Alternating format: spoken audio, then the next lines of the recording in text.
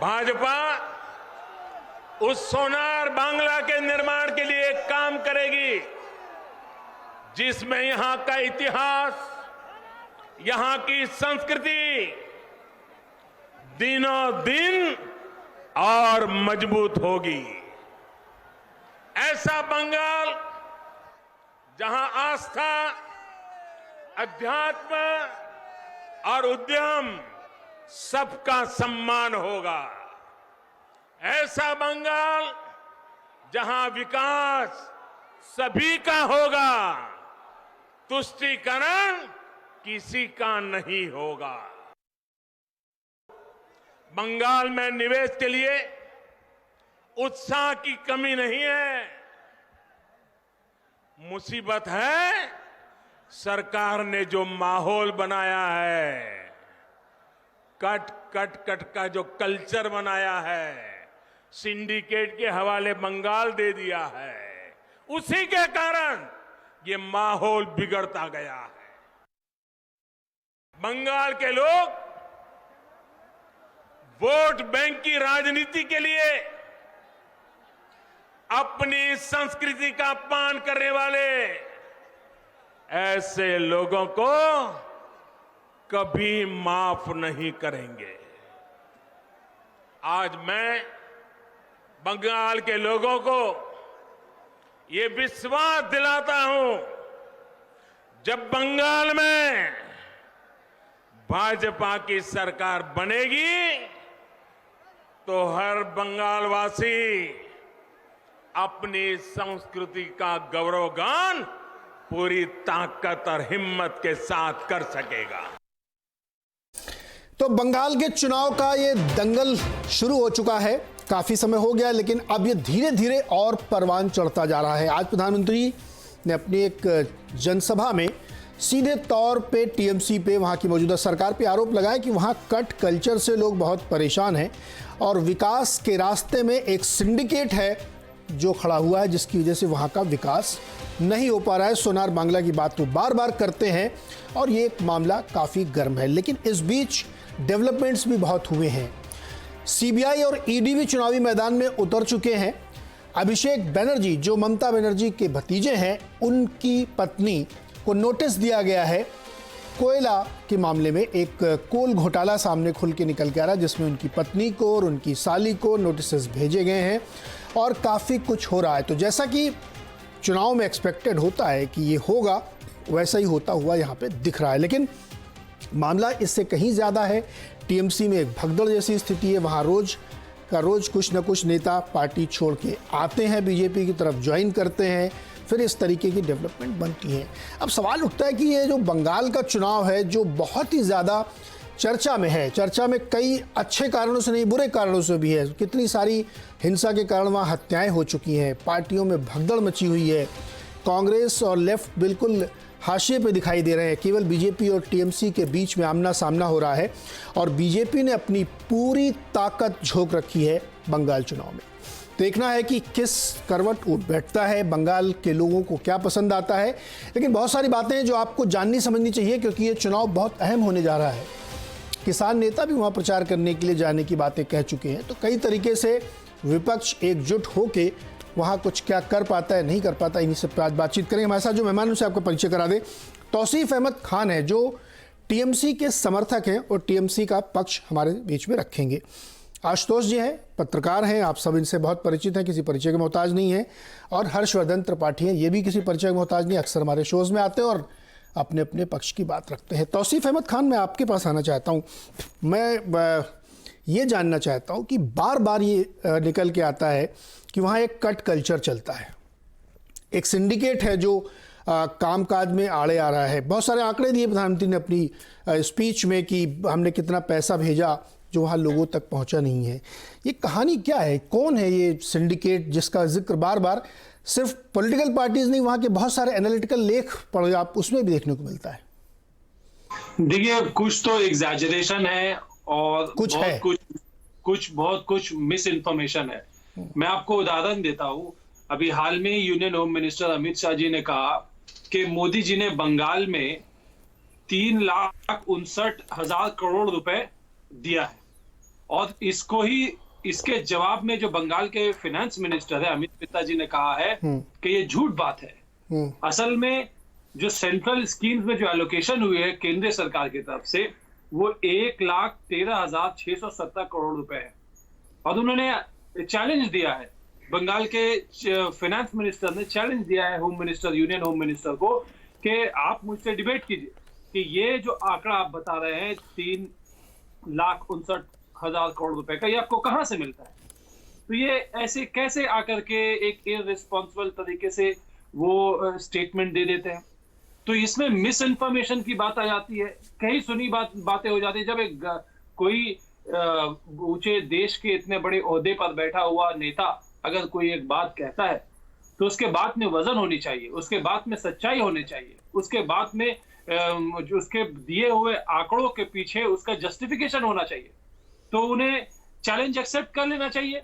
जो बंगाल के अमित मित्रा जी ने कहा है, फाइनेंस मिनिस्टर जी ने कहा है कि आप आइए हमसे डिबेट कीजिए, बताइए कि ये आंकड़ा आपको कहां से मिलता है। ठीक इसी तरीके से चुनावी माहौल में कुछ एक बढ़ा चढ़ा के एग्जैजरेट करके लोगों को बदनाम करके, गवर्नमेंट को बदनाम करके, देखिए कभी भी कोई अभी क्योंकि चुनाव का माहौल है, अभी बीजेपी के नेता ममता जी के सरकार पे अटैक करेंगे, लेकिन आप चुनाव से पीछे चले जाइए तो बंगाल सरकार ने जो कृषि प्रोग्राम चलाया है उसके लिए सेंट्रल गवर्नमेंट ने 5 साल लगातार 2012-13 के बाद से लेकर के 17-18 के तक में 5 साल लगातार एक पुरस्कार दिया है बंगाल ने जो सक्सेसफुल कृषि प्रोग्राम चलाया उसके लिए। तो वहां तो ये सरकार में पुरस्कार देते हैं अच्छा प्रोग्राम चलाने के लिए, लेकिन क्योंकि चुनाव का माहौल है उन्हें आलोचना करना है, उन्हें एक माहौल ऐसा खराब, एक ऐसा माहौल पैदा करना है जिससे कि लोग ये समझे कि नहीं ममता सरकार गलत है और बीजेपी सरकार सही है। तौसीफ, आप कह रहे हैं कि ममता सरकार ने बहुत काम किया है, आंकड़े उनकी गवाही देते हैं, चुनौती दे रहे हैं, फिर आपकी पार्टी में इतनी भगदड़ क्यों मची हुई है? लोग क्यों छोड़ छोड़ के भाग रहे हैं? विधायकों के अंदर इतना डर क्यों है कि ये पार्टी हारने वाली, यहां से निकल लेना चाहिए? नहीं, देखिए जरूरी नहीं है कि हर वो लीडर जो छोड़ करके तृणमूल बीजेपी ज्वाइन किया है उनको ये लग रहा है कि बीजेपी की सरकार बन जाएगी। तो क्यों छोड़ रहे हैं वो?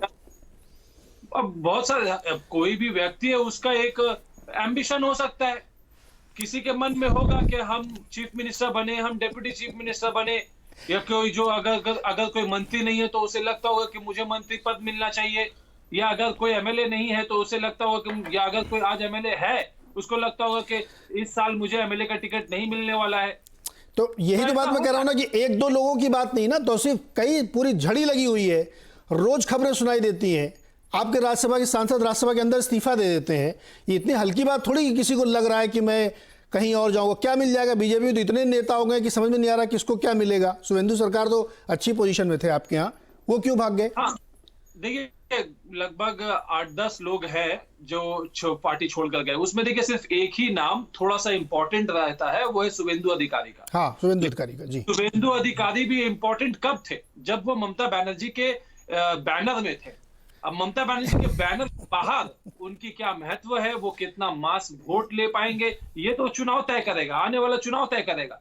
लेकिन शुभेंदु अधिकारी के अलावा अगर आप कोई भी नाम को देख लेंगे वो इतना इंपॉर्टेंट नहीं है। अच्छा, तौसीफ आपने बताया नहीं कि सिंडिकेट क्या है, कौन है सिंडिकेट? देखिए अगर सिंडिकेट का बात, दिनेश त्रिवेदी ने कहा है कि कुछ लोग हैं जो अब रास्ते में आके खड़े हो गए हैं, वहां काम करना मुश्किल है, वहां सिर्फ उनके भतीजे की सुनी जाती है और एक बाहरी व्यक्ति आके बता रहा है कि पार्टी कैसे चलेगी। देखिए अब पार्टी में कुछ लीडरों को नाराजगी हो सकती है पार्टी के कुछ फैसले से, जैसे बाहरी कोई आकर के बता रहा है तो उनका इशारा पीके की तरफ है, तो अगर पीके के आने से कुछ लोगों में नाराजगी हो ही सकती है।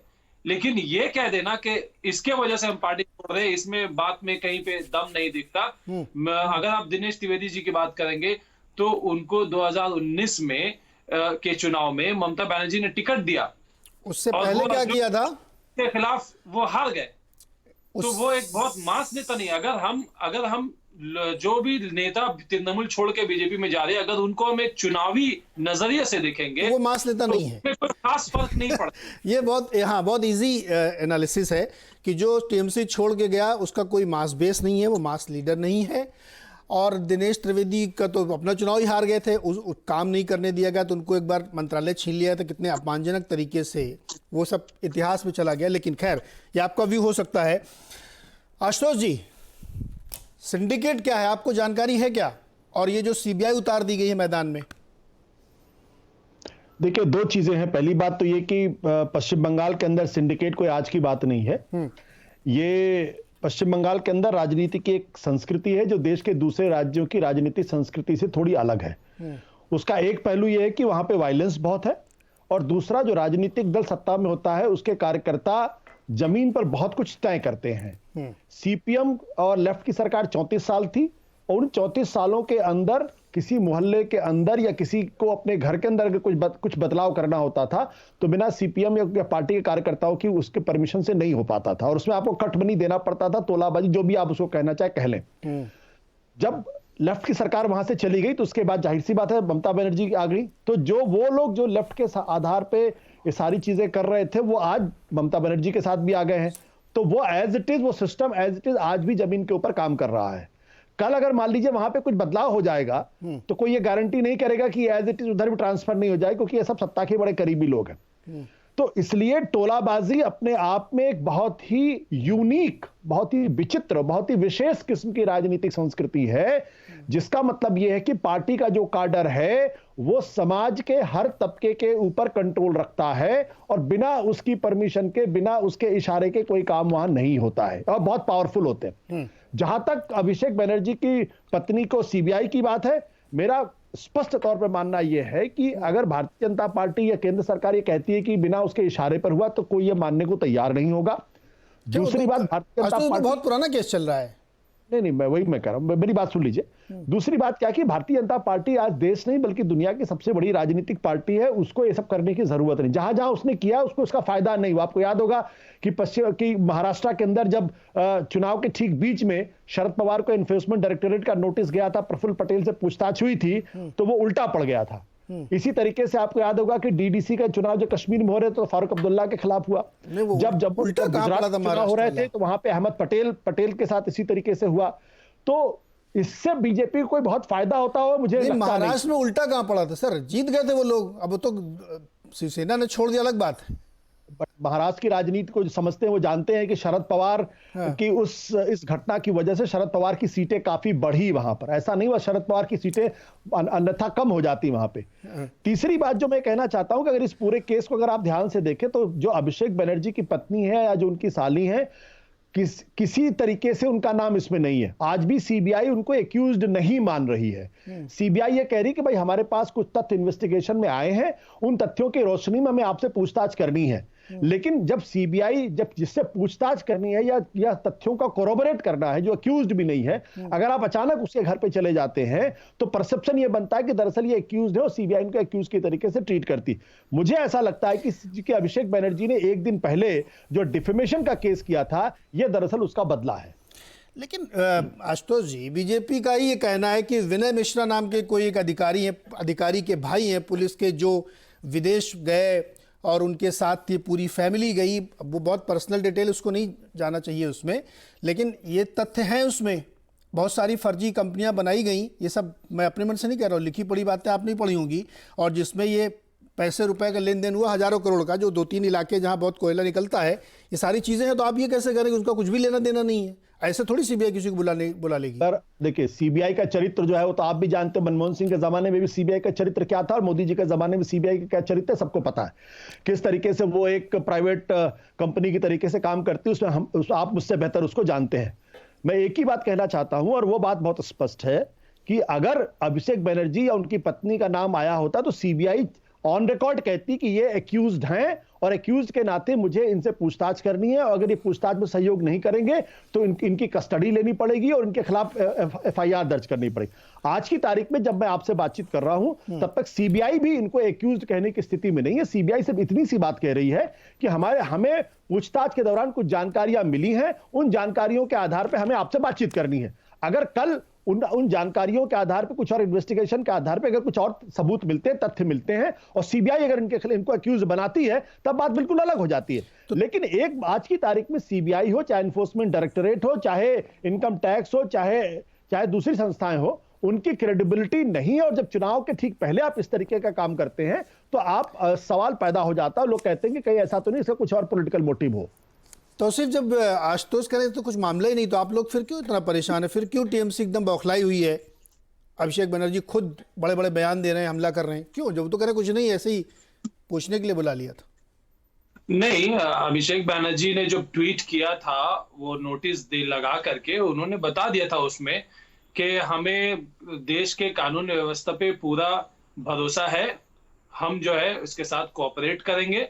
और साथ ही ये भी कह दिया कि हाँ, अगर ये डराने का कोशिश किया जाता, सीबीआई दिखाने का कोशिश किया जाता, तो वो उससे पीछे हटने वाले नहीं है। क्योंकि हम जानते हैं एक दिन पहले ही उनके वकील द्वारा केस फाइल किया गया और नोटिस इशू किया गया डेफेमेशन केस में, जिसमें समन भेजा गया है यूनियन होम मिनिस्टर को कि आप आइए पेशगी दीजिए बंगाल के कोर्ट में। तो ये उसका एक जवाब के तौर पे देखा जा रहा है। क्योंकि हम लोग जानते हैं कि हमेशा से देश में अभी क्या हो रहा है कि सीबीआई को यूज किया जाता है, सीबीआई जैसे और भी जितने भी इंस्टीट्यूशन है वो पॉलिटिसाइज्ड हो चुके हैं। अगर आप देखिए कि उस नोटिस में जो केस का रेफरेंस दिया गया है वो नवंबर 2020 का है, तो नवंबर 2020 से ये बैठे हुए थे। इन्होंने एक्शन कब लिया, नोटिस कब दिया? जब उनको कोर्ट ने यहाँ से अभिषेक बनर्जी के फाइल किए हुए केस पे जब कोर्ट ने पेशगी का मांगा है, उसके बाद उन्होंने जवाब में सीबीआई भेज दिया इनके घर में। तो ये तो जनता समझती है कि चुनाव का मुद्दा। हर्षवर्धन, ये जो अभिषेक बनर्जी के घर में सीबीआई का जाना, उनकी वाइफ को बुलाना पूछने के लिए, साली को भी एक नोटिस देना, फिर उनका जवाब भी आना, टोलाबाजी, सिंडिकेट, ये सब जो एक नई दिशा गढ़ रहे हैं बंगाल चुनाव की, उसको आप कैसे रीड कर रहे हैं? क्योंकि देखिए बहुत बहुत गूढ़ चुनाव हो चुका वहाँ पे। जैसे आशुतोष कर रहे थे ना हिंसा वाली बात, तो वो हिंसा सिद्धार्थ शंकर रे के ज़माने से चल रही थी। और ये बहुत सही बात उन्होंने कही कि ये कल्चरली वहाँ पे गुंडे पाल के रखे जाते हैं। तो सिद्धार्थ शंकर रे मतलब कांग्रेस के ज़माने में जो थे गुंडे, उनको रखा जाता था खाली कामकाज के लिए, सत्ता से दूर रहते थे। फिर जब वो लेफ्ट वाले आए तो उन्होंने उसको थोड़ा इंस्टीट्यूशनलाइज किया, लाइब्रेरी वाइब्रेरी खोली गाँवों में, पठन पाठन के माध्यम से वो गुंडे जो हैं इंस्टीट्यूशनल हो गए। अब वो तय करने लगे कि गांव की लाइब्रेरी तय करेगी कौन किसको वोट देगा। लेकिन टीएमसी ने आके उनको पार्टी में ले लिया। ये कहानी वहां से यहां तक चली आई है। तो हिंसा, कटमनी, टोलाबाजी, ये तो है। ग्राउंड रिपोर्ट तो बहुत कुछ कह रही है। बंगाल में नहीं नीरज जी, सबसे तो सिर्फ एक मिनट, मैं हर्षवर्धन से पूछा, अभी आपके पास आता हूं। जी नीरज जी, सबसे पहले तो ये कि मुझे बड़ा अच्छा लगा और मैं इसके लिए धन्यवाद करना चाहूँगा जो तृणमूल कांग्रेस के समर्थक के तौर पर हैं तौसीफ जी, और हमारे जो वरिष्ठ साथी रहे हैं आशुतोष जी, दोनों का धन्यवाद करूंगा कि कम से कम उन्होंने राष्ट्रीय टेलीविजन पर दो चीजें स्वीकार की।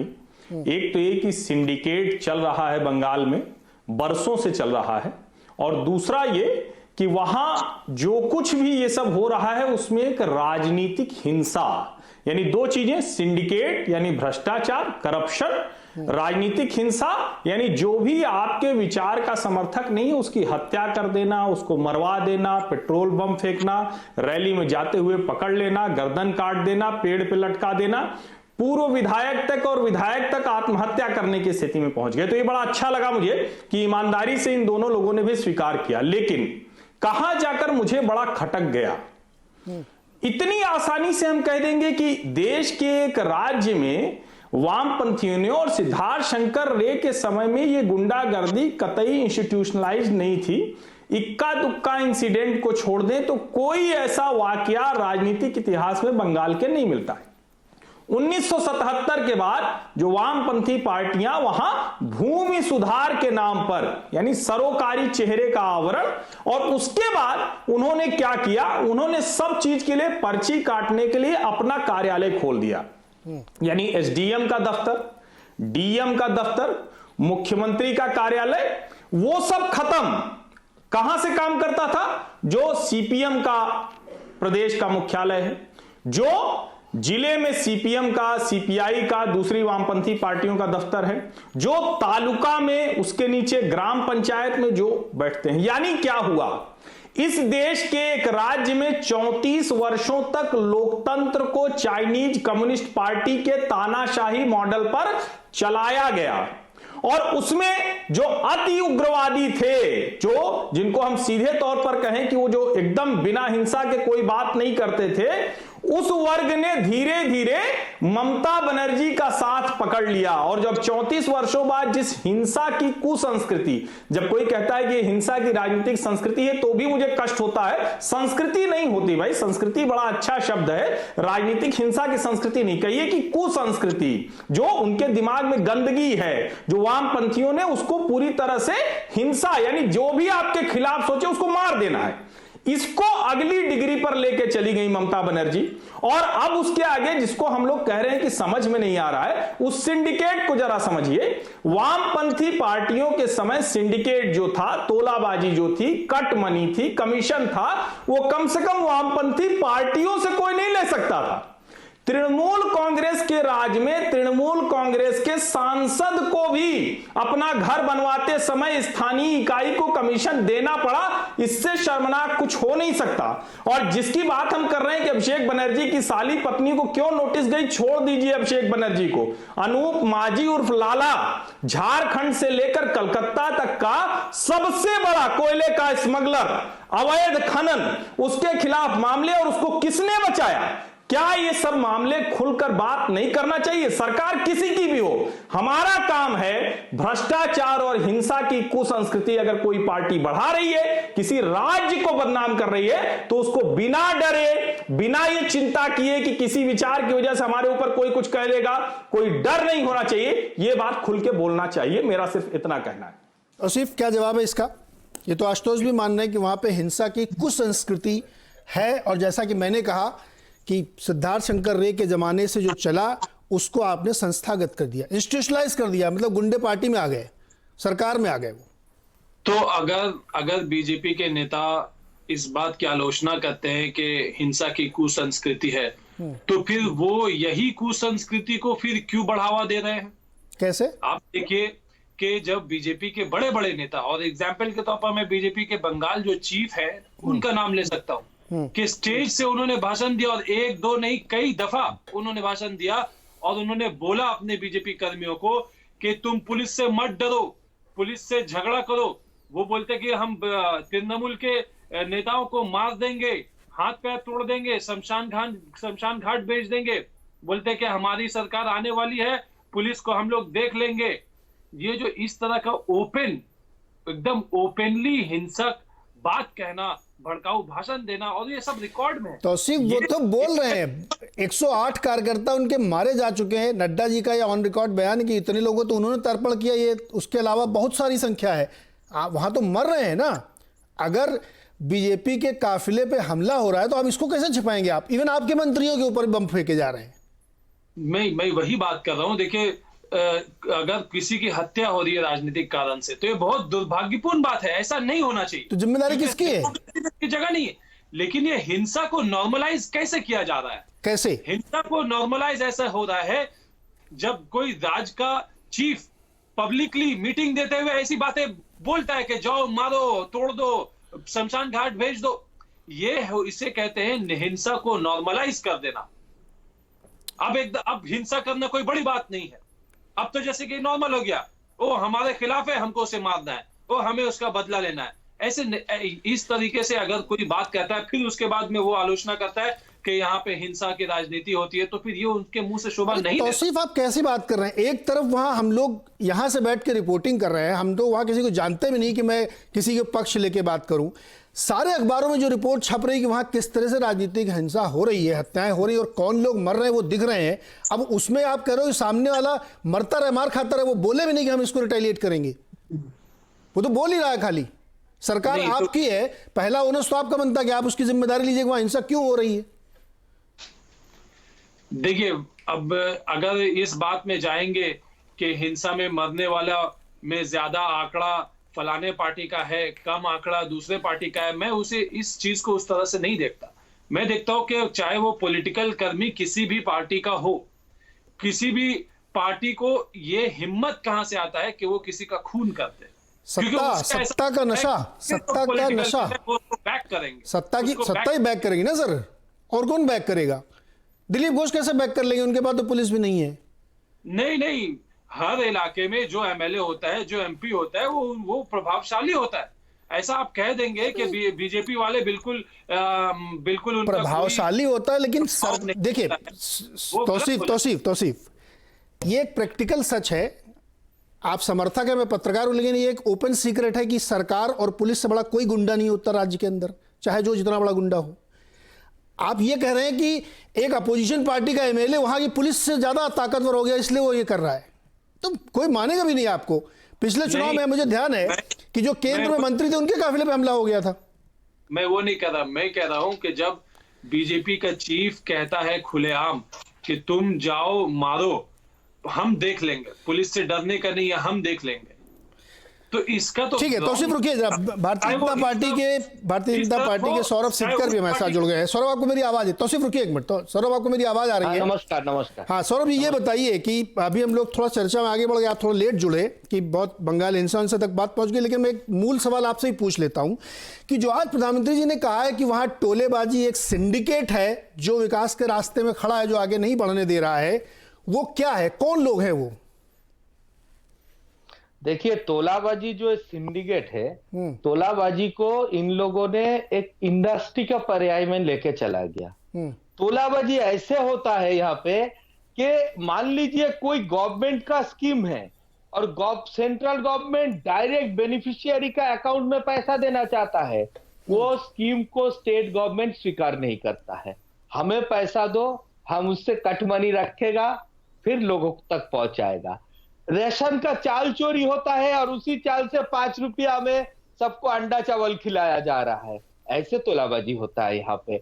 आप एक घर उठाने जाएंगे तो 2 टीएमसी का लीडर आ जाएगा, बोलेगा भैया ईटा मेरे से लेना है, सीमेंट मेरे से लेना है, चूना यहां से लेना है। आज बंगाल में कुछ भी करे, एक बच्चा जब जन्म लेता है उसका सर्टिफिकेट लेने के लिए भी कट मनी देना पड़ता है, और एक मुर्दा जब शमशान में उनको संस्कार करने के लिए जाता है, वहां पे भी लाइन क्रॉस करने के लिए आपको कट मनी देना पड़ता है अगर आपका जल्दी हो तो। इसलिए तो ये आज तोलाबाजी और कट मनी को टीएमसी ने एकदम ये प्रशासन के एक सिस्टम का पार्ट बना दिया है। दूसरी बात, मैं आपका चर्चा सुन रहा था, ये हमारे जो टीएमसी के प्रवक्ता है या समर्थक है तौसीफ भाई बोल रहे थे। अब एक बात बताइए कि सीपीएम के टाइम में प्रोफेसर साहब जो अभी बता रहे थे कि सीपीएम ने कैसे पुलिस का पॉलिटिसाइजेशन किया, एंड हम बोलते हैं कि Mamata Banerjee is the best student of CPM school, तो उसने वो सिस्टम को बहुत अच्छे से समझ लिया और वो पुलिस का पॉलिटिसाइजेशन ऐसे किया कि पुलिस है कि टीएमसी कैडर है, इसमें फर्क निकालना बहुत दिक्कत हो जाता है। इंडिपेंडेंस डे के दिन कोई जो है अपना तिरंगा उठाने गया, वो लड़का बीजेपी करता था बोल के उसको वहीं पे गोली करके मार दिया गया। ये कलकत्ता से 50 किलोमीटर का भी दूरी नहीं है, हुगली का घटना है ये। उसमें सीएम साहब ने, वो तो टीएमसी का लीडर खाली नहीं है, पश्चिम बंगाल का सीएम भी है, उसमें उसका क्या प्रतिक्रिया आया, तो उसमें उसका निंदा किया क्या इस घटना? सौरभ, आपने इससे निपटने के लिए सीबीआई और ईडी को मैदान में उतार दिया चुनाव में। नहीं, सीबीआई और ईडी को ये तो मैदान में कैसे उतार दिया भाई साहब? सीबीआई ईडी बीजेपी का तो कोई विंग्स है नहीं। अरे टाइमिंग देखिए ना, मतलब क्या गजब टाइमिंग है। हाँ? एकदम इलेक्शन से 2 महीने पहले। अच्छा ओके। मैं आपसे एक छोटा सा प्रश्न करता हूँ विनम्र होके। हमारे होम मिनिस्टर साहब को कोर्ट का समन आया, तो हमने क्या बोला है कि पॉलिटिसाइज किया गया? कोर्ट का समन है, कानूनी तरीका से उसका हम जवाब देंगे। हमने तो नहीं बोला है कि इलेक्शन से पहले क्यों समन भेजा गया है होम मिनिस्टर साहब को। तो एक सेंट्रल एजेंसी अगर वो अपना तहकीकात कर रहा है और आप उसमें अगर इन्वॉल्व नहीं है, आपका कोई रोल नहीं है, तो जैसे आप सामना कीजिए ना, इसको लेकर आलोचना क्यों कर रहे हैं? डर क्यों रहे हैं इसमें? आपने दुआर में सरकार लाए थे, तो ऐसे अगर चलता रहेगा तो दुआर में कारागार आ जाएगा। तो बात यह है कि राजनीतिक लड़ाई राजनीतिक तरीका से लड़े। अच्छा, दिलीप घोष जी का बात कर रहा था कि वो बोल रहा है पुलिस को मार दो, टीएमसी का हाथ तोड़ दो। पूरा बात नहीं बोला उसने। क्यों बोला था? उसने बोला था कि लोग अगर अपना वोट नहीं डाल पाए, लोगों को वोट डालने बोलना क्या गुनाह है? पूरा भारत में चुनाव होता है। हम लोग कितने जगह सत्ता से हार गए हैं। 15 साल सत्ता में रहने के बाद हार गए, छत्तीसगढ़ में हार गए, राजस्थान में 5 साल बाद हार गए हैं। क्या हमने वहां पे लोग हमारे खिलाफ वोट डाला है बोल के उसका हाथ पैर तोड़ दिया है? ऐसा तो नहीं है ना। यहाँ पे लोग डराता है। इन्हीं का टीएमसी का लीडर ऑन कैमरा बोला है, सारे मीडिया दिखाया है कि सेंट्रल फोर्स आ रहा है, वो तो बूथ में रहेगा, जो टीएमसी का वोट देगा वो वोट देगा, नहीं तो उसका हाथ पैर तोड़ दिया जाएगा। उसको अरेस्ट किया गया क्या? आशुतोष, ये सौरभ और तौसीफ जो भी अपने दावे तर्क रख रहे हैं, थोड़ा इसको भी समझना चाहिए कि अब वहाँ जो अमित शाह जी ने भी कहा है कि वहाँ विकास का ध्रुवीकरण हो रहा है, लेकिन वहाँ पे जय श्री राम के नारे का भी एक ध्रुवीकरण हो रहा है। जिस सवाल के जवाब में उन्होंने कहा था कि हम वहाँ पे विकास का ध्रुवीकरण कह रहे हैं। और एक विकास की कहानी भी आपने सुनी ली, दुआरे सरकार कारागार, दुआरे पता नहीं क्या क्या चल रहा है वहाँ पे, और वो जो तस्वीर बदल रही है। तो मैं ये समझना चाहता हूँ कि क्या वहाँ की ज़मीन पे बदलाव की आहट आप महसूस कर रहे हैं? ऊपर तो लोग देखते रहते हैं कि नेता आ रहे हैं जा रहे हैं, लेकिन ग्राउंड पे देखिए जिस तरीके की रैली वहाँ पे प्रधानमंत्री की हो रही है या इवन घोष साहब की हो रही, दिलीप साहब की, वो बहुत ज़बरदस्त जन समर्थन यहाँ से बैठ के हम लोग देखते हैं। तो क्या ग्राउंड में चेंज हो गया है क्या? देखिए नीरज जी, एक बात तो ये मानना पड़ेगा कि कम से कम पश्चिम बंगाल के अंदर बदलाव की आहट तो है, इसमें कोई दो राय नहीं है। भारतीय जनता पार्टी को इतना समर्थन मिलना इसी बात का प्रमाण है कि वहां पे कुछ बेचैनी ग्राउंड पे है और जमीन पे उस बेचैनी रिफ्लेक्ट हो रही है। अन्यथा एक पार्टी जो 2014 के अंदर जिसको सिर्फ और सिर्फ अगर आप ध्यान दें तो 18% वोट मिला था, 2016 के विधानसभा चुनाव में सिर्फ 10% वोट मिलता है। वो पार्टी 2016 से जंप मार के 2019 के अंदर 39% या करीब 40% पर पहुंच जाती है।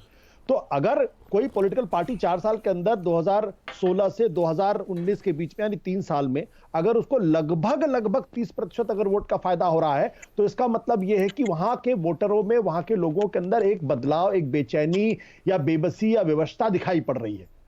लेकिन असल सवाल इस बात को लेके, क्या यह उस क्रिटिकल पॉइंट को पार कर गया है क्या, जहां पे भारतीय जनता पार्टी की सरकार बनने की संभावना दिखाई पड़ती है? मुझे लगता है कि अभी वहां पे क्रिटिकल पॉइंट पार नहीं किया। उसका कारण बहुत स्पष्ट है, क्योंकि अगर आप तृणमूल कांग्रेस का अगर आप वोट शेयर देखें, जब 2011 में वो चुनाव लड़ती है तब भी उनके पास करीब 45% के आसपास वोट शेयर होता है।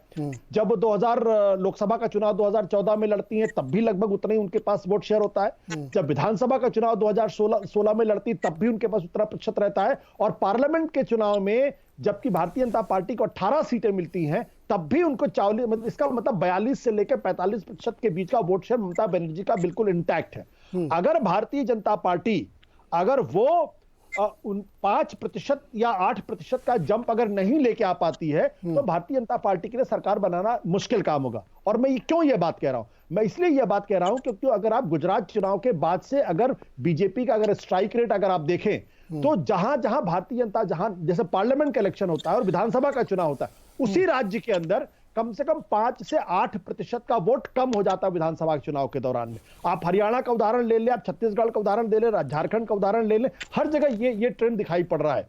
तो आज की तारीख के अंदर भारतीय जनता पार्टी अच्छा परफॉर्म कर रही है।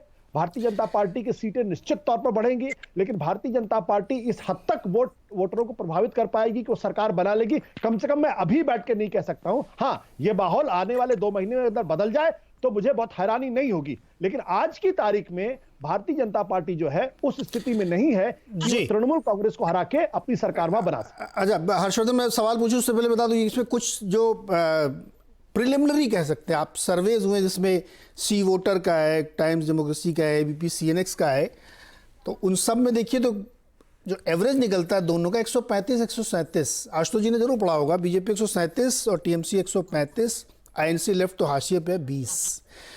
ये कोई पक्का सर्वे नहीं है कि ये बहुत बढ़िया एकदम, अभी चूंकि 2-3 महीने बाकी हैं, लेकिन अगर आप इससे जो अंदाज़ा लगाएं तो जो बात मैं आप आशुतोष जी से पूछा वही आपसे भी मेरा है कि देखिए ग्राउंड में जो परिवर्तन है वो महसूस होने लगा है। तौसीफ जी आप भी सुनिएगा, इस सवाल जवाब आपको देना पड़ेगा, क्योंकि अभिषेक बनर्जी के ऊपर सीबीआई की, उनकी पत्नी के ऊपर सीबीआई की ये नोटिस और जिस तरीके की कट मनी है, ये एक इशू बन चुका है।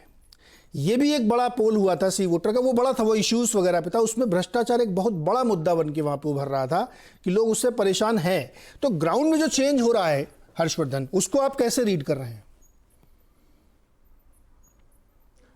मुझे लगता है कि ये सबसे महत्वपूर्ण है कि हम ये देखें कि जमीन पर जनता कैसे रिएक्ट कर रही है और वो नेता भी कैसे रिएक्ट कर रहे हैं। अभी आशुतोष जी ने बड़ी अच्छी बात कही कि ज्यादातर लोकसभा और विधानसभा चुनावों में फर्क होता है, लेकिन एक अकेला राज्य है पश्चिम बंगाल, जहां भारतीय जनता पार्टी के साथ जमीन पर लोग हों या तृणमूल कांग्रेस जो सत्ताधारी पार्टी है उसके नेता हों, वो जुड़ते हुए दिख रहे हैं। और आप कहें कि क्या तृणमूल कांग्रेस, तो सिर्फ तृणमूल कांग्रेस नहीं, सीपीआई सीपीएम के नेता, कांग्रेस के नेता और तृणमूल के नेता तो आ ही रहे हैं। इसका मतलब क्या हुआ? इसका मतलब कि राजनीति करने वाले को सिर्फ एक चीज दिखती है कि क्या वो जनता के मतों से विधानसभा लोकसभा तक पहुंचेगा क्या।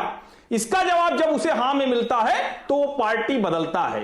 यही वो वजह है जो मुझे दिखती है कि पार्टी अपवर्ड है, यानी ऊपर की तरफ जाती हुई दिख रही है। और यह बड़ा चौंकाने वाला है कि जो दीदी के नाम से मशहूर है, जिनको दीदी ही माना जाता है, उन ममता बनर्जी के लिए प्रशांत किशोर ने अब दीदी की बजाय बेटी कह दिया।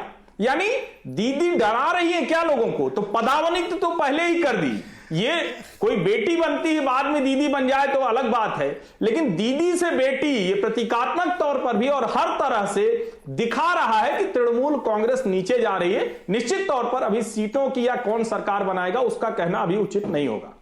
नहीं तो बेटी कहने में क्या दिक्कत? ये क्यों बनाया है प्रतीक? इस प्रतीक के पीछे क्या सोच है? ये दरअसल दीदी जो था ना वो बड़ा आक्रामक दिख रहा था, उनको डरावना लग रहा था, तो रणनीतिकारों ने थोड़ा और उसको थोड़ा, जिसको कहते हैं ना कि टोन डाउन किया है। ये टोन डाउन करने का मतलब कि आपकी अपनी अभी तक की रणनीति जो थी, ब्रांडिंग जो थी, वो खतरनाक दिख रही थी। अच्छा, इसलिए अच्छा, इसमें एक लाइटर नोट में बात करूं, बड़ा जब ये क्वाइन किया गया वर्ड, तो लोगों ने कहा कि बेटी पराया धन होती है, उनकी विदाई हो जाएगी।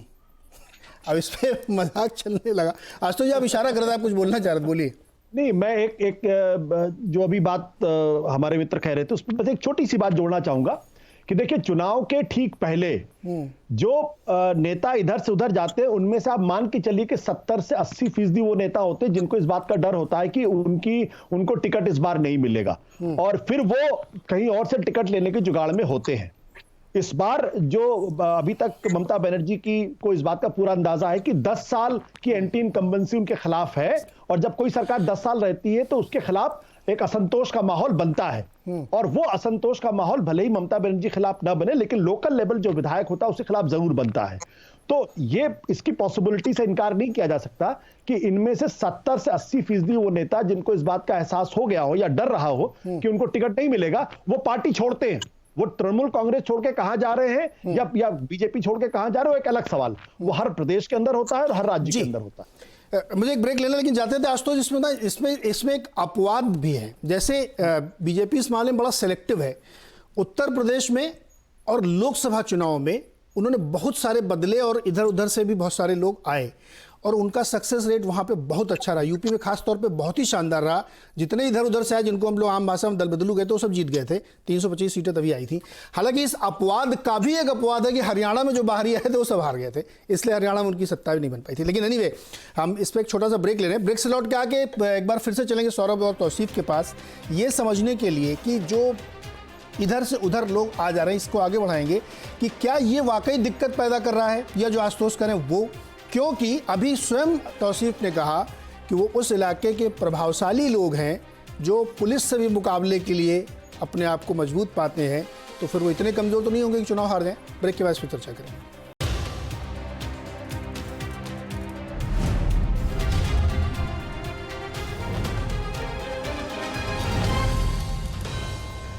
स्वागत है एक बार फिर से आपका, और बातचीत हो रही पश्चिम बंगाल में जो आर पार की लड़ाई छिड़ गई है और अब बहुत घमासान मचा हुआ है, क्योंकि चुनाव के बहुत नज़दीक हम लोग पहुंचते जा रहे हैं और बंगाल में तरह तरह की चीज़ें हो रही। सीबीआई और ईडी भी मैदान में दिखाई दे रही है। सौरभ जी, अभी हम लोग चर्चा कर रहे थे ब्रेक से पहले, तो मैंने कहा था कि आपसे एक सवाल ये बनता है कि जो बहुत सारे लोग दूसरे दलों से इधर उधर से लोग आके बैठे हुए हैं, उनसे कैसे निपटेंगे या क्या स्थिति बनेगी? तौसीफ जी, पहले आप जवाब दीजिए इसका कि ये जो परिस्थिति बन रही है, ये आपके लिए चिंता का विषय है क्या? नहीं, देखिए, ये बिल्कुल भी चिंता का विषय नहीं है। आप कह रहे थे ना कि बहुत ताकतवर एमएलए हैं, वो पुलिस को भी चैलेंज कर सकते हैं। नहीं, चैलेंज नहीं कर सकते, वो प्रभाव करने का कोशिश कर सकते हैं, क्योंकि ये खुद वो नेता है, जैसे आप देखिए कि बीजेपी में कोई चेहरा नहीं है उनका खुद का सिवाय दिलीप घोष के, और वो ऐसे दिलीप घोष है जिन्होंने माँ दुर्गा का अपमान कर दिया, ओपन कॉन्क्लेव में बैठे हुए कह दिया कि माँ दुर्गा का एंसेस्टर कहाँ का है, कहाँ से आ गए, इस तरह की बात वो कर देते। तो बंगाली सेंटिमेंट को उन्होंने हर्ट किया है, तो वो वोट को पुल नहीं करने वाले। दूसरा चेहरा अगर आप देखें तो मुकुल रॉय है या शुभेंदु अधिकारी हैं या दूसरे राजीव बनर्जी वगैरह, ये सब तृणमूल से लाए हुए नेता हैं। और अगर ये भ्रष्टाचार की बात उठाएंगे तो फिर भ्रष्टाचार के लिए इन्हें इस बात का जवाब देना पड़ेगा कि क्या आप वॉशिंग मशीन है? जो लोग अगर तृणमूल में रहते हैं, आप उनके खिलाफ केस करते हैं, आप उनके खिलाफ बयानबाजी करते हैं, और फिर जब वो आपके टीवी में आप उनको अपने पार्टी में जोड़ लेते हैं कि जैसे कि वो बहुत शरीफ है, वो बहुत धुल जाते हैं, सारे उनके गुनाह धुल जाते हैं। तो ये सारी बातें जो अगर कोई एक पार्टी से दूसरी पार्टी में जा रहा है, तो ये बंगाल के जनता में जो मैसेज जा रहा है वो एक मैसेज क्लियर है कि इनका शारदा में इन्वॉल्वमेंट है, नारदा में इन्वॉल्वमेंट है, ये अपने सहूलत के लिए एक पार्टी छोड़कर दूसरी पार्टी ज्वाइन कर रहे हैं। तो जब सहूलत की बात आ जाती है, जब एक नेता खुद के लिए सोचता है, जनता के लिए नहीं सोचता, तो वो जनता उसको वोट कैसे देगी?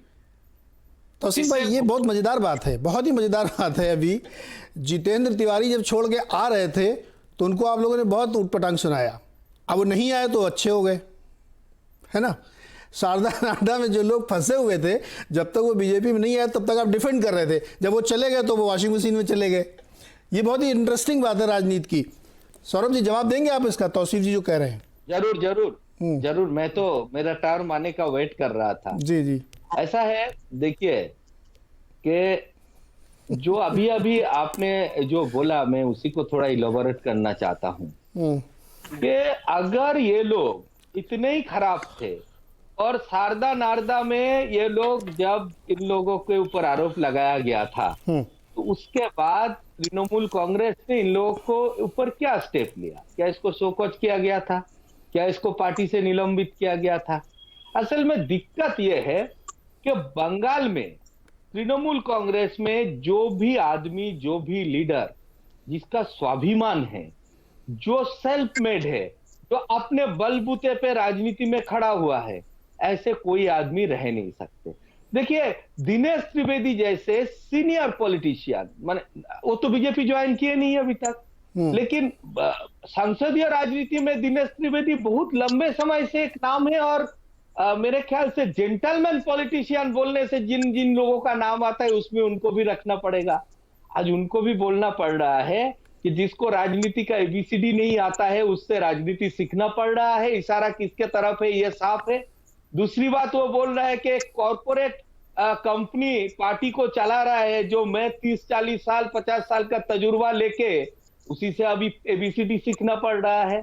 असल में तृणमूल कांग्रेस तो पार्टी रहा ही नहीं है, बैनर्जी प्राइवेट लिमिटेड हो गया है। तो बैनर्जी प्राइवेट लिमिटेड का जो एग्जीक्यूटिव है वो पार्टी में है, बाकी जो भी लोग अपने बलबूते पे खड़ा हुआ है, इवन टीएमसी को खड़ा करने में जिसका अवदान था, जो लोगों ने सीपीएम से लड़के, जब टीएमसी बन रहा था सीपीएम के खिलाफ लड़ने के लिए, जो लोगों ने ममता बनर्जी का सैनिक थे, सेनापति थे, लेफ्टिनेंट थे, आज सब ये स्वाभिमान के लिए आए। और दूसरी बात, जहां तक चेहरा की बात है, हम तो 10 आपको एग्जाम्पल अभी गिना देंगे कि चुनाव के बाद जो है, हम सत्ता में आने के बाद हमने लीडर तैयार किया है, क्योंकि हमारे राष्ट्रीय दल है और हमारे एक नियम है। बाकी किसको मुख्यमंत्री बनाएगा, किसको नहीं बनाएगा, इसका टेंशन तौसीफ भाई मत नहीं लीजिए। पश्चिम बंगाल का जनगण जो है वो बीजेपी को सत्ता में बिठाने के लिए मन तैयार कर लिया है, मुख्यमंत्री भी वही लोग तैयार कर देंगे। और दिलीप घोष जी का जो बात किया है, तौसीफ भाई बात को पूरा लीजिए, उसने क्या बात किया था? उसने माँ दुर्गा का अपमान किया था। जो दुर्गा पूजा आप लोग करने ही नहीं देता है बंगाल में, आज अच्छा लग रहा है, माँ दुर्गा का शरण में आ रहे हैं आप लोग। माँ दुर्गा वो सबसे ऊर्ध्व में है। भगवान रामचंद्र भी उनका पूजा करते थे, तो उनका वैल्यूएशन हम लोग कैसे कर सकते हैं? मैंने तो इस सवाल को मैंने इसलिए पूछा भी नहीं, क्योंकि जनरली चैनलों में ये सब होता है कि आधा सेंटेंस उठाओ और डिबेट कर डालो। आवाज़ अड्डा में मैं ये सब थोड़ा ध्यान रखता हूँ कि पूरे फैक्ट के साथ बात हो। आशुतोष, एक सवाल जो अभी सौरभ ने कहा ये बड़ा महत्वपूर्ण है, हर्षवर्धन आप भी सुझा लेंगे। ये जो परिवारवाद का आरोप लगता है, लगभग सारी क्षेत्रीय पार्टियां जो हैं वो सब प्राइवेट लिमिटेड की तरह है। यूपी के आप देख लीजिए, मुलायम को देखिए, मायावती को देखिए, तमिलनाडु में डीएमके को देखिए, फिर आप यहाँ पे बंगाल में ममता बनर्जी को देखिए, बिहार में लालू यादव। ये क्या है? मतलब ये आप कैसे कर सकते हैं? ये जो बात सौरभ ने कही है ये बहुत महत्वपूर्ण होती है कि हर क्षेत्रीय दल प्राइवेट लिमिटेड है, परिवार से बाहर नहीं जाएगी। दिल्ली में भी आप देखिएगा ऐसे ही बनता हुआ दिख रहा है। वही 2-3 लोग हैं जो दिल्ली के जो पूरी पार्टी चला रहे हैं। नहीं नीरज, मुझे लगता है कि भारत की राजनीति की और भारत की राजनीति का जो राजनीतिक दल है वो दरअसल आज भी उनको लगता है कि राजशाही चल रही है इस देश के अंदर। ये प्रॉब्लम उन राजनीतिक पार्टियों की नहीं, ये प्रॉब्लम उस सामाजिक बेस का है कि वो ऐसी पॉलिटिकल पार्टीज को स्वीकार क्यों करते हैं और ऐसे नेताओं को स्वीकार क्यों करते हैं। अगर जनता उनको स्वीकार करना बंद कर दे तो दिक्कत अपने आप खत्म हो जाएगी। आप सोचिए कि शेख अब्दुल्ला आज फारूक अब्दुल्ला के बाद उमर अब्दुल्ला, बाला साहब ठाकरे, उसके बाद उद्धव ठाकरे। अरे तो विकल्प भी नहीं है ना, उसके बाद स्टालिन। लेकिन कश्मीर में अब देखिए ना, उधर गए तो महबूबा फैमिली कम शुरू हो गई, इधर सपा छुटकारा पाओ तो बसपा फैमिली शुरू हो जाती है। लेकिन एक चीज और भी है कि अब भारतीय जनता पार्टी भी इससे अछूती नहीं है। कैसे? आप देखिए प्रेम कुमार धूमल, उसके बाद अनुराग ठाकुर के बाद उनके छोटे भाई धूमल, वो सर आशुतोष जी सेक्रेटरी बन गए। बहुत नेता है, 1-2 नेता नहीं है। वसुंधरा राजे सिंधिया, उनके पहले उनकी माँ थी, फिर वसुंधरा राजे सिंधिया, फिर यशोधरा राजे सिंधिया, फिर ज्योतिरादित्य सिंधिया, फिर माधवराव सिंधिया, फिर अभी दुष्यंत आ गए। आशुतोष जी, ये अक्सर एक आलोचना बीजेपी की जाती है। कई बार तो लोग परिवारवाद को संघ परिवार से भी जोड़ देते हैं, कहते हैं वो भी एक परिवार है। मेरा यहाँ पे सिर्फ ये सवाल के तौर पे मैं कह रहा हूँ कि बीजेपी में जो लोग नेताओं के नेता टिकट पा रहे हैं वो पॉलिसी डिसीजन में नहीं है। सर आप मुझे एक व्यक्ति बताइए, जितने नाम आपने गिनाए हैं, कोई भी आदमी बीजेपी की पॉलिसी डिसाइड करता हो, वो विधायक एमपी बन सकता है, इससे ऊपर उसकी हैसियत नहीं है। अनुराग ठाकुर की हैसियत थी क्या कि वो हिमाचल प्रदेश के सीएम बन जाए? देखिए नीरज, एक बात है ना, अगर कहीं इन्फेक्शन हो जाए, रोग अगर लग जाए सर, तो आज रोग छोटा है, आगे वो विकराल रूप धारण करेगा, इसकी कोई गारंटी नहीं। आप मुझे बताइए ना कि बीजेपी, एक मिनट, संघ परिवार का भी आपने जिक्र किया ना। हाँ। भाई आज भारतीय संघ परिवार के जो दो शीर्षस्थ लीडर है, मोहन भागवत, उनके पिताजी भी संघ में थे, मनमोहन वैद्य, उनके पिताजी भी संघ में थे। उनके पिताजी सरसंघ चालक थे क्या? उनके पिताजी सरसंघ चालक थे क्या?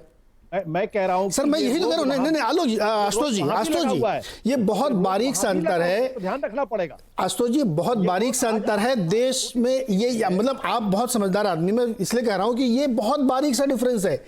कोई भी आप मुझे एक नेता बताइए बीजेपी आरएसएस का जो पॉलिसी डिसीजन में खानदानी तौर से आया हो, कोई भी एक भी नेता हो ही नहीं सकता, क्योंकि वहां ये दिखने में आपको लगता है अच्छा उनका लड़के के लड़के बनते चले हैं, लेकिन एक भी नहीं मिलेगा आपको। नहीं आज तो जी आप जानते हैं, आप देखिए ये विजय राजे सिंधिया एक जमाने में भारतीय जनता पार्टी, आप मुझे बताइए, भारतीय जनता पार्टी को खड़ा करने में उनका बहुत बड़ा योगदान। सर हम कहते हैं कितना ही बड़ा योगदान हो, आडवाणी जी के बच्चे क्या कर रहे हैं, कल्याण सिंह के लड़के केवल सांसद बन पाए, उनकी यूपी की राजनीति में कोई हैसियत नहीं। मैं ऑन रिकॉर्ड बोलो, कुछ नहीं करते वो, कि उनको कोई बहुत पावर दे दी गई हो कि वो पॉलिसी डिसाइड करेंगे या कुछ करेंगे। ये कल्चरल डिफरेंस है, इसलिए मुझे लगता है कि इस पर थोड़ा क्लैरिटी होनी चाहिए। बहुत छोटे जवाब हर्षवर्धन आपके पास, उसके बाद भी सौरभ जी के पास बहुत छोटे जवाब जी। 10 सेकंड लूंगा मैं। हाँ 10 सेकंड। आप देखिए जो सिंधिया परिवार है, विजया राजे सिंधिया, वसुंधरा राजे सिंधिया, माधवराव सिंधिया, ज्योतिरादित्य सिंधिया, यशोधरा राजे सिंधिया और दुष्यंत सिंधिया, ये सारे के सारे कहाँ के हैं? मुख्यमंत्री। अरे आप फिर वही बात कर रहे हैं, मैं आपको क्या बता रहा हूं, आप दूसरी रास्ते में जा रहे हैं। कह रहा हूं ये अभी Bharatiya Janata party sir MP MLA बनना एक डिफरेंट चीज, आप वो किसी के लीगल राइट को आप नहीं रोक सकते हैं, लेकिन क्या वो व्यक्ति वहां जाकर के सीएम बन रहा है, पीएम बन रहा है या बीजेपी का अध्यक्ष बन के पॉलिसी डिसाइड कर रहा है, या वो भागवत जी के पिताजी अगर संघ में थे तो वो सरसंघ चालक थे क्या, या भागवत, अब चूंकि भागवत जी की वहां परंपरा नहीं है, या कोई व्यक्ति वो जाके वहां बन जाएगा। सर ये बहुत ही टेक्निकल डिफरेंस है, आप समझते हैं, लेकिन आप पता नहीं क्यों बोल रहे हैं। हर्षवर्धन क्विकली। मैंने फिर कहा कि बीजेपी आरएसएस में अभी ये रोग छोटा है, आने वाले दिनों में विकराल रूप धारण नहीं जी ठीक है सर समय कम है। हर्षवर्धन क्विकली, उसके बाद सौरभ जी बात। हाँ हर्षवर्धन बोलिए। नहीं, मैं बहुत, देखिए आशुतोष जी जो कह रहे हैं वो ठीक कह रहे हैं। वो कह रहे हैं कि बीजेपी और आरएसएस में ये रोग नहीं है, थोड़ा छुआछूत में दिख रहा है, वो ऐसे कह रहे हैं, इसको रोकना है। बिल्कुल मैं उनसे सहमत हूं, लेकिन जब उन्होंने राष्ट्रीय स्वयंसेवक संघ को बीच में ले लिया तो मुझे लगा कि कुछ ज्यादा ही दुराग्रह से पीड़ित है आशुतोष जी। ये कैसे संभव है भाई? संघ के किसी भी प्रचारक के बारे में आप बोलते हुए कम से कम इतना तो ध्यान रखिए कि उनका अपना निजी वो परिवार नहीं है। अगर वो उस व्यवस्था में है, अगर उस व्यवस्था से, प्रचारक व्यवस्था से बाहर आए होंगे तभी उनका परिवार होगा। जो मूल बात सबको पता होना चाहिए देश में सभी लोगों को। अब दूसरी बात जिसको हम कह रहे हैं कि वंशवाद बीमारी है, वो भाजपा में हो, कांग्रेस में हो, सपा में हो या किसी दल में हो। लेकिन दुर्भाग्य क्या है, जब हम भारतीय जनता पार्टी में देखते हैं कि आडवाणी जी शीर्षस्थ नेता थे, अपने परिवार के किसी को भी वो इस स्थिति में नहीं खड़ा कर सके। ऐसा नहीं कि आडवाणी जी का सम्मान नहीं है, ऐसा नहीं है कि उनके कहने से कहीं टिकट किसी को, के व्यक्ति को नहीं दिया जाएगा, लेकिन प्रधानमंत्री के तौर पर नरेंद्र मोदी होंगे और अमित शाह इतने ताकतवर होने के बावजूद अगला अध्यक्ष जगत प्रकाश नड्डा होंगे। क्यों नहीं सोनिया गांधी, लालू प्रसाद यादव, मुलायम अखिलेश यादव, शरद पवार, जी हर्षवर्धन पवार, फारूक अब्दुल्ला, उमर अब्दुल्ला, महबूबा मुफ्ती, ये सब ये कर पाते क्योंकि इनके नहीं कर सकते। प्रक्रिया नहीं है कार्यकर्ता को नेता बनाने की। जी ठीक। सौरभ बहुत छोटा संक्षेप में आप जवाब दीजिए। मैं जस्ट हर्षवर्धन जी के साथ एक चीज ऐड करना चाहता हूँ। असल में आशुतोष भाई को तो पता नहीं है प्रचारक बनने के लिए क्या करना पड़ता है और कितने दिन लगते हैं। दूसरी बात है कि यहाँ पे अगर मान लीजिए 100 लीडर में से 3, 4, 5 के बेटा या बेटी आज थोड़ा एमएलए, एमपी या मुख्यमंत्री भी बन गए, तो अगर उसमें होनर है उसमें क्या इसमें दिक्कत है? अनुराग ठाकुर मंत्री बने, उसके पहले 3 बार उसने लोकसभा का चुनाव जीते, तब जाके आप मंत्री बने केंद्र में। वसुंधरा जी वहां पे मुख्यमंत्री बनने का पहले कितने बार विधायक था? इंदिरा गांधी पे भी लागू होगा और राजीव गांधी पे भी लागू होगा। उसके बाद अगर होता है, किसी को पैराशूट से ड्रॉप नहीं किया जाता है। सौरभ जी मैं आपको रोकूंगा, ये जगह में आना पड़ता है। समय सौरभ जी समय एकदम समाप्त हो गया है। आप लोगों का विशेष धन्यवाद कि आज ये चर्चा बड़ी अच्छी हुई, बहुत शांतिपूर्ण तरीके से हुई और लोगों ने अपने अपने पॉइंट्स रखे। आवाज अड्डा इसीलिए जाना जाता है। ऐसी बहुत सारी चर्चाएं अभी बंगाल में होंगी क्योंकि चुनाव परवान चढ़ रहा है। बहुत बहुत शुक्रिया। देखते रहिए CNBC आवाज।